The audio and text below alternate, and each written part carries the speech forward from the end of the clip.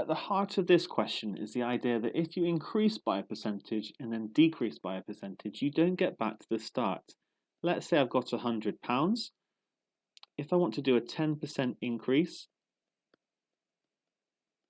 then 10% is just 10, so it would go to 110.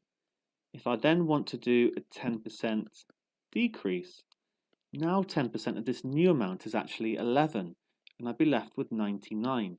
I would have had overall a 1% decrease.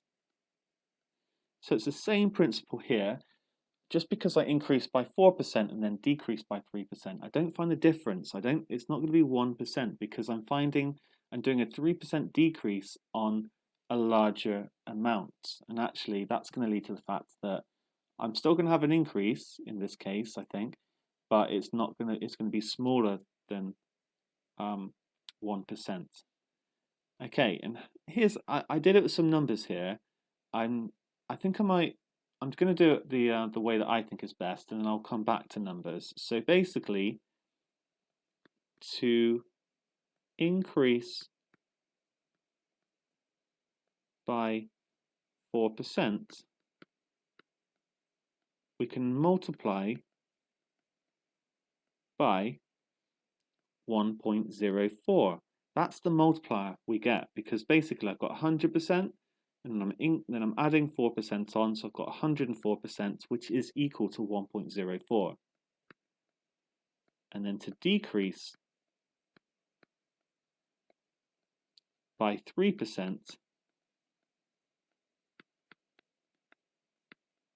multiply by 0.97. Because if I again consider my starting amount to be back to 100%, I would do 100 minus 3, which is 97%, and that is equivalent to 0.97. To do both,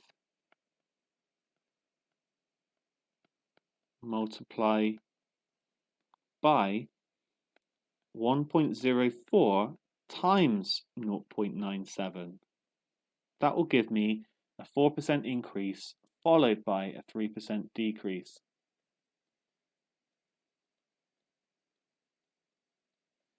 What do I get? 1.0088.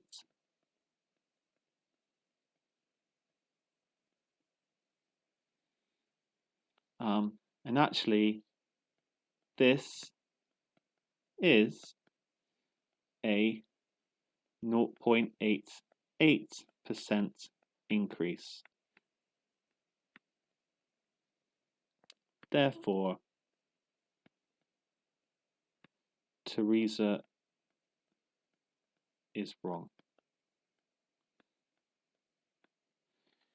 Okay, so repeated percentage change, I don't need to use the value, I can just use the idea of the multiplier, and actually increasing by 4% and then decreasing by 3% is always equivalent to simply increasing by 0.88%. Just going back to some values, if you don't like that kind of idea, you could even do this a non-calculator method. If you maybe picked a value for, I've forgotten what it was it a house? So if I had 100,000 and I want to do a 4% increase, then 1% would be dividing through by 100, it would be 1,000. 4% would therefore be 4,000, and I'd have 104,000.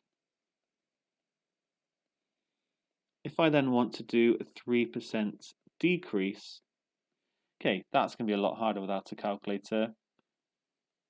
But I could do it, I could either use my multiplier of 0.97, or I could just times by, I don't know, 3%. I've forgotten what the percentage sign is, there it is. Which gives me that, and then I can do 104,000 minus that amount. And that gives me 100,880.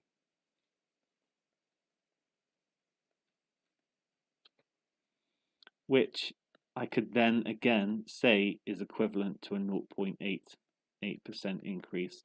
I'm just trying to show you how you could do it without multipliers. You'd have to still figure this one out. You could definitely show that it's not the same as 1%. Yeah, that's just an alternative method for this problem.